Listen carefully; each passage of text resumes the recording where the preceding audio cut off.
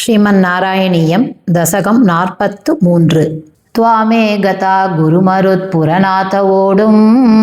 गाढाधिरूढगरिमानमपारयन्ती माता निधाय शयने किमिदं पतेति ध्यायन्त्यचेष्टतगृहेषु निविष्टशङ्का तावद्विदूरमुपकर्णितघोरघोष व्याजृम्बिपांसु पटली परिपूरिताश वात्यावपुस्स किल दैत्यवरस्तृणावर्तः आख्यो जहार जनमानसहारिणं त्वाम् उद्धामपांसु तिमिराहतदृष्टिपाते द्रष्टुं किमप्यकुशले पशुपाललोके हा बालकस्य किमिति त्वदुपान्तमाप्ता माता भवन्तमविलोक्य भृशं रुरोध तावत् स दानववरोऽपि च दीनमूर्तिः भावत्कभारपरिधारणलूनवेकः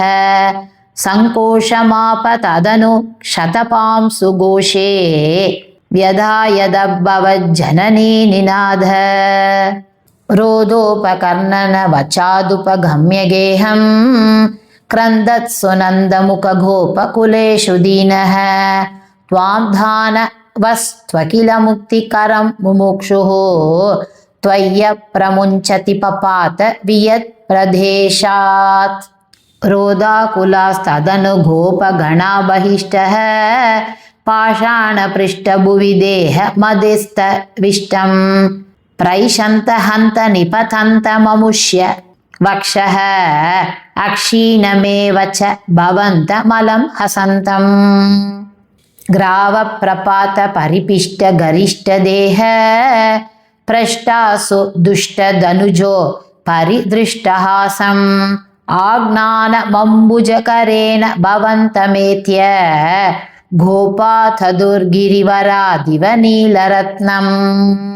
एकैकमाशु परिगृह्य निकामनन्दन् नन्दादिगोपपरिरब्ध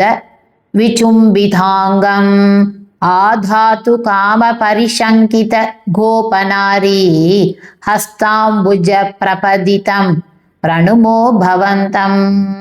भूयोऽपि किन्नु कृणुम प्रणतार्तिहारी गोविन्द एव परिपालयतात्सुतं नः इत्यादि मातर पितृप्रमुखैस्तदानीं सम्प्रार्थितस्त्वधवनाय विभो त्वमेव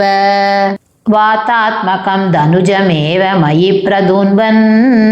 वादोद्भवान् मम गतान् किमु नो दुनोषि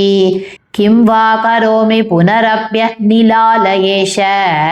निःशेषरोगशमनं मुहुरार्तये त्वाम् श्रीहरये नमः श्री पोन्नु गुरुवायूरप्पने शरणं श्री चोटाणिक्करै भगवति अम्मये शरणं आनंद चिन्मयने शरणं नारायण अखिलगुरु भगवन्नमस्ते सर्वत्र गोविंद नाम संकीर्तनं गोविंद गोविंद।